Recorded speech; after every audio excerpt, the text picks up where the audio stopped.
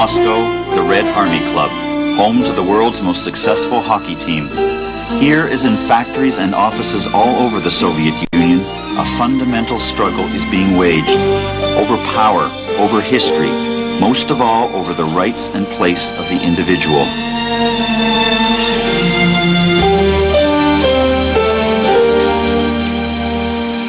The struggle for the most part isn't visible.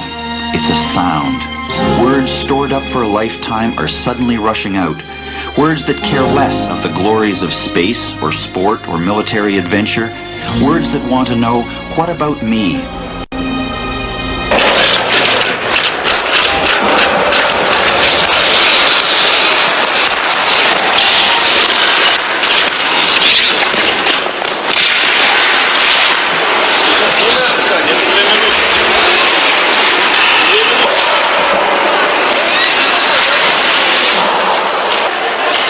This is Sasha Harlamov. In 1972, his father, Valery, played in the Canada-Soviet series. Valery and his generation gave over most of their lives for their country's glory. Not seeing fruits of that sacrifice, the new generation wonders why. Like Sasha Harlamov, they want a better life.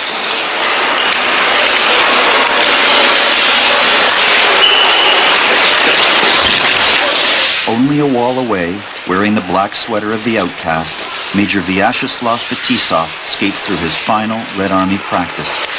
He doesn't know it yet, but later this afternoon, after a meeting with coach Viktor Tikhonov, he'll be released from the team. In 2 weeks, he'll be out of the Army. It's what he wants. Fetisov wants control over his life, but Tikhonov will not yield. Iron-spined adversaries, they are symbols of this monumental struggle.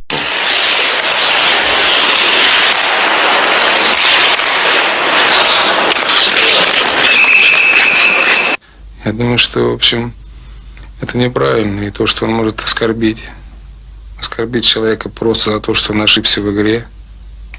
А игра это выигрывает в игре тот, кто меньше ошибается, наверное, это закон. Для кого не секрет, так он представляешь, что сколько он грязи, брани за одну игру выливает на игроков, не говоря уже потом в разборах. Это, в общем, постоянная система унизить человека, оскорбить, поставить его в зависимость от себя и потом им крутить, как он захочет. Это, в общем, система, которая была в стране у нас при Сталине. И, в общем, она у нас где-то сейчас в команде она практикует.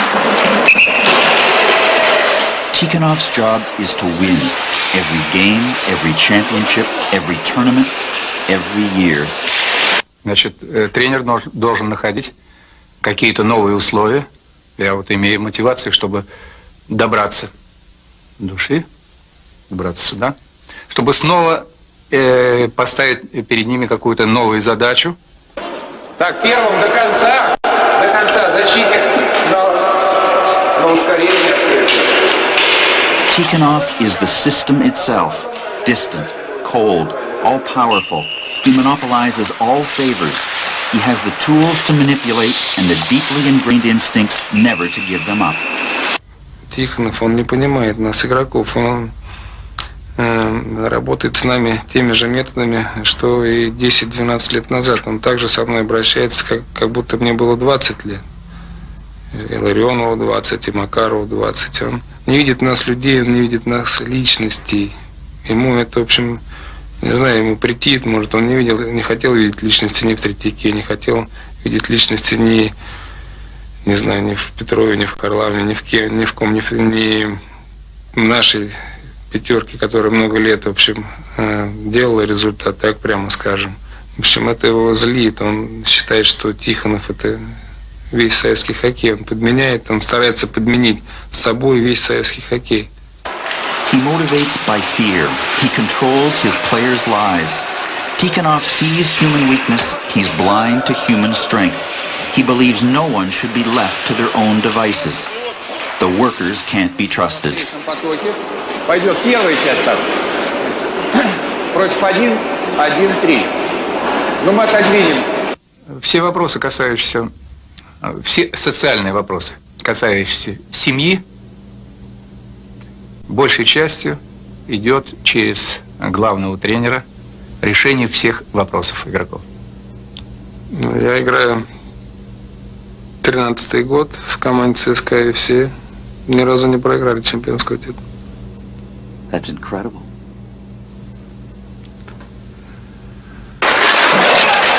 Incredible, but disastrous for Soviet hockey.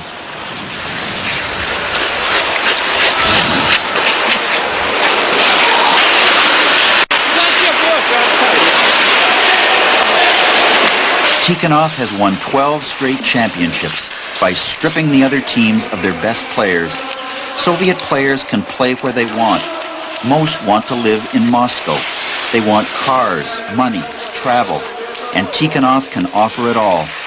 With the best players, he's won world championships, world attention. But as usual, it's those at home who pay the price.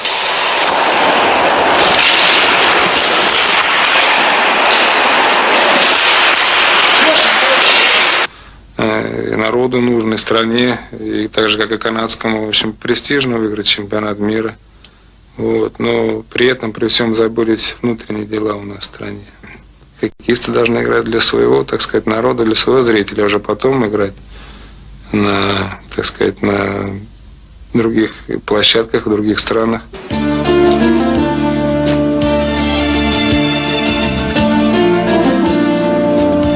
Tonight, the Red Army is set to clinch its 13th straight national championship.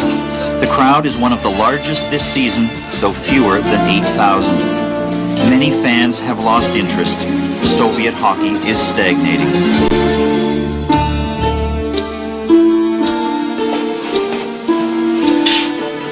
I've never been in so quiet a dressing room. Few words are exchanged between Tikhonov and his players, amongst the players themselves. Tonight, the opposing team is Khimik from Voskresensk, a town south of Moscow.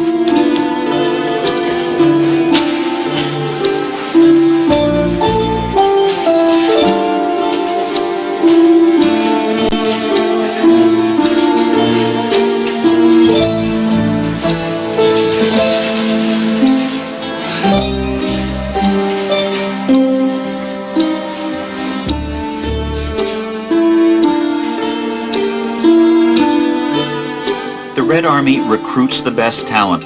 As a result, players and coaches on other teams don't develop. With no competition, Army players don't improve.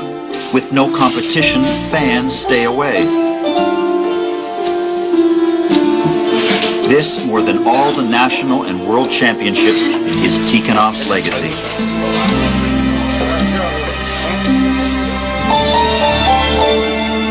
He might be Canadian, American, West European. His haircut, his Mercedes, his ABC Calgary Olympics jacket. 5 years ago, his look would have seemed disloyal. But Fetisov is the contemporary Soviet. Все проблемы у нас, в общем, в том, что, в общем, Тихонов, как говорится, продукт того поколения, которое сейчас осуждается. И, в общем, сейчас тяжело с нами работать, с молодыми. В общем, мы не понимаем друг друга, поэтому, наверное, все проблемы у нас возникают. Когда у ворот идет борьба, у ворот, ты, блядь, чего пролетаешь,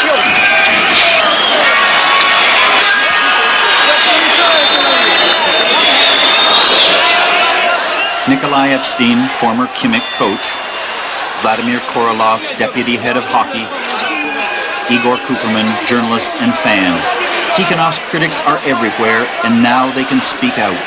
Glasnost, the Soviet policy of openness, has made Tikhonov a victim.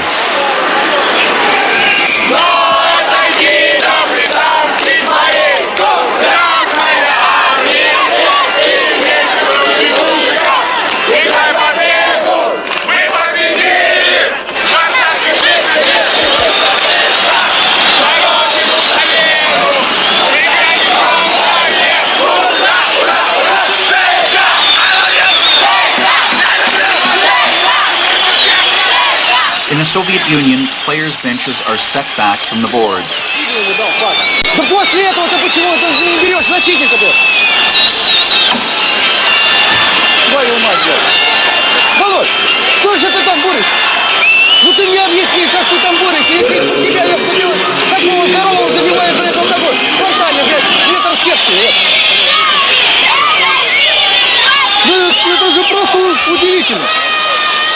Tikhonov confronts his players nose to nose, officer to grunt.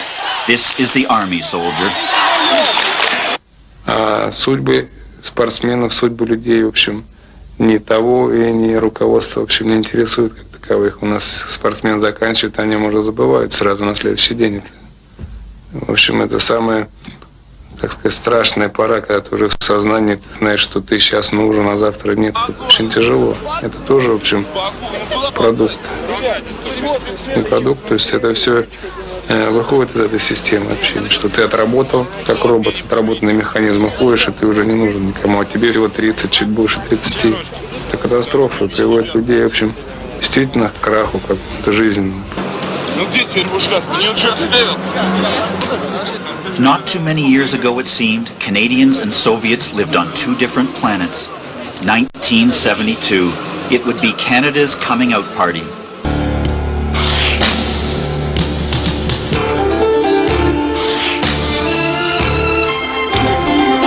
We had won, but it seemed we could never win again. The Soviets had come so far, so fast. They would become unbeatable.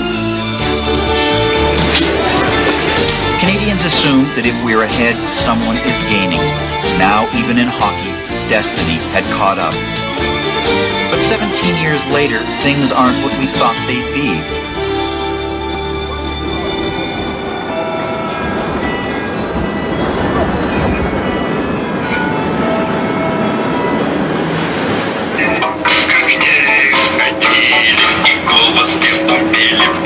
In the winter of 1989, the Red Army team, the pride of Soviet hockey, is in open rebellion against their coach.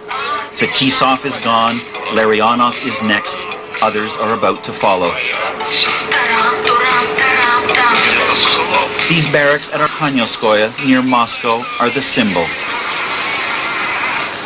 6 days a week, 10 months a year, away from their families. Vladimir Krutov, Igor Larionov and their teammates live here. Tikhonov and his generation believe that this is what it takes to win. Gets to you after 8 years? Is it the boredom? Сейчас есть такие, потом будут, что я практик, я знаю, я много работал, меня не убедишь. Guys like you before, Твое мнение меня не интересует. guys like you before who were saying the same thing, who will be after, there are now, and that doesn't interest me. It's not going to change anything. Players see Canadians who play just as well, who live different lives, and ask why. They're fed up. What about me, they ask. They want perestroika in hockey. Oi. Oi. Oi. His wife, Elena. Здесь вот поменьше. Да. Вот, поэтому все трудности, которые у нас есть, они будут только после окончания хоккейной карьеры. И не все, значит, спортсмены, не все хоккеисты могут их преодолеть. Потому что за долгие годы человек привыкает, что за него все делают. Именно та система, которая у нас введена в хоккее, именно система сборов, тренировочных лагерей, человек расслабляется, то есть попадает в определенный режим, в течение которого в течение 10 лет он просто забывает определенные житейские навыки, необходимые для жизни, для реальной жизни. Еще такая интересная деталь. Вот бывает отпуск у них один раз, значит, в году, там 20, сколько, месяц, да, 30 дней. И вот когда они приходят домой, то настолько трудно перестроиться, поскольку мы уже привыкли, у нас вот определенная своя какая-то жизнь без мужа. Я знаю, что я утром встаю, я делаю то-то, то-то, то-то, то-то. У меня какие-то свои уже дела. И когда он приходит, то первые там 5 дней становится просто как-то даже странно, что нужно как-то еще его подключать тоже сюда, как будто этого человека вообще не существовало раньше. И потом уже, когда вот наконец-то ты к этому привыкаешь, в этот момент его опять забирают, как раз начинается опять сезон, и вот тут становится невыносимо тяжело, тут плачешь, потому что думаешь, настолько привык к нему. В общем, ужасно.